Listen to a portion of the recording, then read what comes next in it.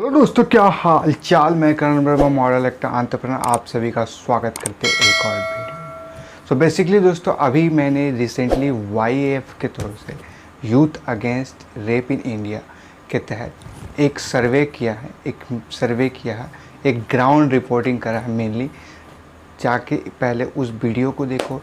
उस वीडियो के एंड के बाद मैं उस वीडियो से 5 सॉल्यूशन निकाला हूँ जो कि रेप कम हो सकता है।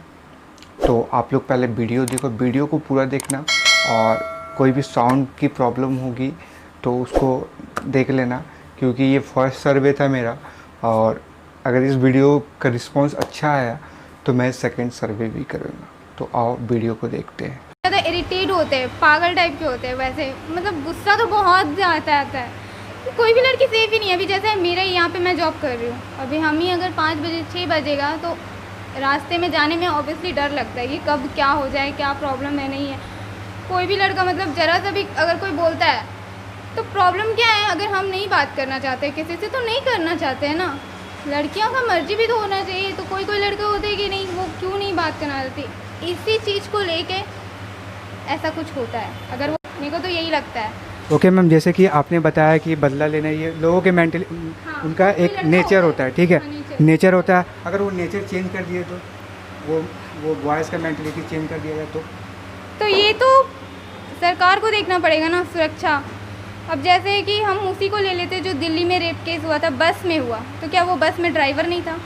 क्या वो कुछ नहीं कर सकता था? फिर भी उसके होते हुए भी वो सब हुआ। क्या रोड पे चलते क्या बस में नज़र नहीं आ रहा था किसी को कोई? या फिर कहीं पे भी होता है तो कोई अगर देखता भी है तो उसको अनदेखा कर देता है। ओके मैम, तो इसका मेनली अगर आपके हाथ में दिया जाएगा, आप मेरे जगह में हो, तो इसको कैसे रोक सकते हो? हम तो यही, पास अगर पावर दिया जाए तो हम क्या करेंगे? हम यही बोलेंगे कि बस जो भी लड़का है। आजकल इंडिया में रेप केस इतना बढ़ता जा रहा है, उसका रीज़न क्या है? मेन रीज़न क्या है रेप केस इतना बढ़ता जा रहा है? मेन रीज़न बॉयज़ का कैरेक्टर है, डिपेंड करता है, उसका मेंटलिटी पे डिपेंड करता है कि उसको क्या करना है। किसी पे भी जो भी कोई भी काम करता है तो उसके ऊपर ही डिपेंड करता है कि हमको क्या करना है, उसी का डिसीज़न होता है। और बहुत जन डिप्रेस में भी करता है, कंपलसरी नहीं है। या फिर उसके साथ अगर कुछ बुरा हुआ होता है तो वो सोचता है हम भी दूसरे के साथ बुरा करेंगे तो हिसाब बराबर हो जाता है, इस टाइप का भी। ओके, तो अभी हमारा ये क्वेश्चन है, एक और क्वेश्चन है कि हम लोग इसे रोक कैसे सकते हैं? कैसे हम लोग इसको रोक सकते हैं, एकदम ज़ीरो कर सकते हैं? ज़ीरो तो हमको नहीं लगता कि ज़ीरो अभी तक हो पाएगा, मतलब इतना जल्दी पॉसिबल नहीं है कि हो पाएगा। अगर गवर्नमेंट अगर कुछ रूल बनाती है लेकिन रूल भी उतना खास फॉलो नहीं होता है तो ऐसा, जैसे पेरेंट्स का बता रहे हैं तो पेरेंट्स घर पे सिखा सकते हैं, लेकिन उन पे उस चीज़ को जैसे कि गर्ल्स पे जितना ध्यान देते हैं कि टाइम से घर आ गए, किसके साथ मिले किसके साथ नहीं मिले, इतना मतलब पूरा पंक्चुअल रहता है कि उनका टाइम टेबल लेकर, तो बॉयज़ का टाइम टेबल लेके भी पूरा पंक्चुअल रहना चाहिए। तो हमको नहीं लगता कि तब वो शायद पॉसिबल है कि नॉर्मल हो सकता है, केसेस कम हो सकता है, ज़ीरो तो नहीं बोल सकते। एग्जैक्टली, ये आपने एकदम 100% राइट बोला है। यही रीज़न है, अगर ये बॉयज़ को भी पेरेंट्स अगर कस्टडी या जैसे गर्ल्स को कस्टडी में रखते हैं, कस्टडी में रखेंगे, ध्यान दिखाते हैं ना, उतना पंक्चुअलिटी बॉयज़ के ऊपर भी दिखाएं तो मैनेज हो सकता है। जिस तरह हम लोग साचा में जैसे बोलते हैं ना, साचा में कुछ डालते हैं तो वो ऐसा डेवलप होता है। हाँ, बिल्कुल। मैम का रीज़न भी वही है। चलो, थैंक यू आपका इतना अच्छा। बड़ी लड़कियां जो होती है छोटे छोटे ड्रेस पहनती है तो लोगों का मन उधर चला जाता है, आकर्षित होता है। मन में क्या है मेंटलिटी होता है लड़कों का ये तो नहीं मालूम, लेकिन आजकल की छोटी छोटी लड़कियां के साथ जो ये हो रहा है इसके बारे में लोग क्या बोले। तो अभी मेरा यही कहना है कि लड़कों को मतलब समझना चाहिए, इससे ज़्यादा हम क्या बोले। मतलब बेसिकली बोल रहे आप लड़कों का ये प्रॉब्लम है ना? लड़कों का ही प्रॉब्लम है, लड़कों का ही प्रॉब्लम है मेरे ख्याल से। हमको तो ऐसा ही लगता है। लड़कों का क्या, आजकल मतलब बूढ़ा लोग भी है जो एजेड है, उन लोगों का भी नीयत ख़राब हो जाता है। हाँ। लड़कियों को देख के पता नहीं हो क्या गया है आजकल। ऐसा कैसे मतलब लोग सोच सकते हैं, ऐसे नज़र से देख सकते हैं, समझ नहीं आता है। माँ बहन है ना, उनके घर में भी तो माँ है, बहन है, सिस्टर है, सब है, तो ऐसा तो नहीं करना चाहिए, लेकिन क्या बोल सकते हैं।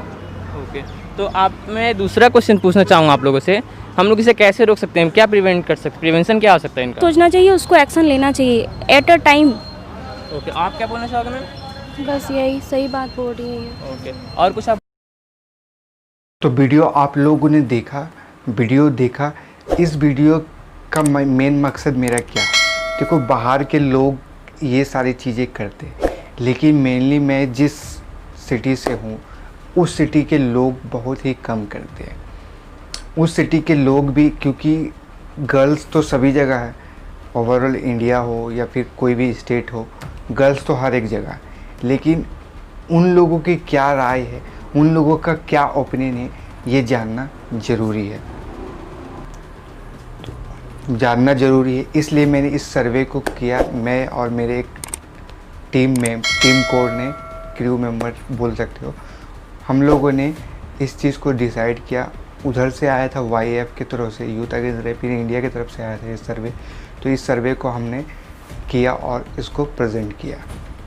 जैसा कि इस सर्वे को जब मैं करा, इस सर्वे में 50 लोगों से मैं इंटरव्यू लिया, जहाँ की कुछ लोग ही कैमरा को फेस किए, कुछ लोग ही इनका आंसर दिए।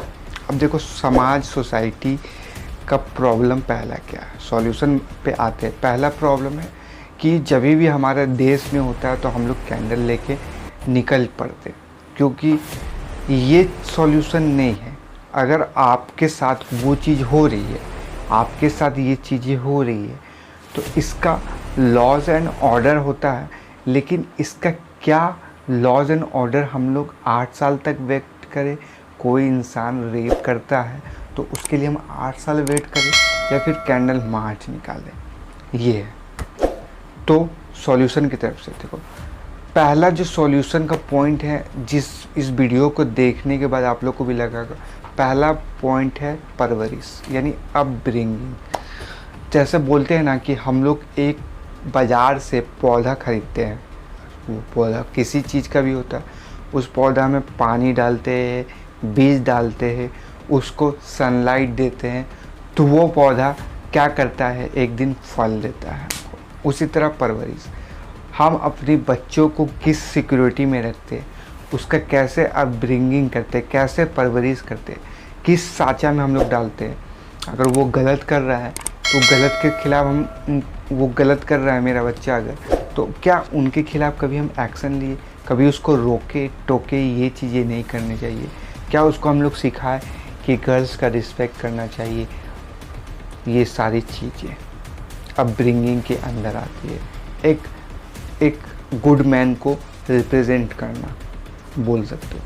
नेक्स्ट है लव रिएक्शन। देखो, लोग क्या होते हैं, कोई किसी का प्रपोज़ल रिजेक्ट कर देता है तो हम लोग उसके पीछे पड़ जाते हैं कि बदला लेंगे। इन बदलों से क्या होता है, ये सारी चीज़ होती है। पहला तो वो उसके मन में आता है कि वो कैसे मेरे लव को रिजेक्ट कर दी, मैं इतना अच्छा हूँ, मैं ये।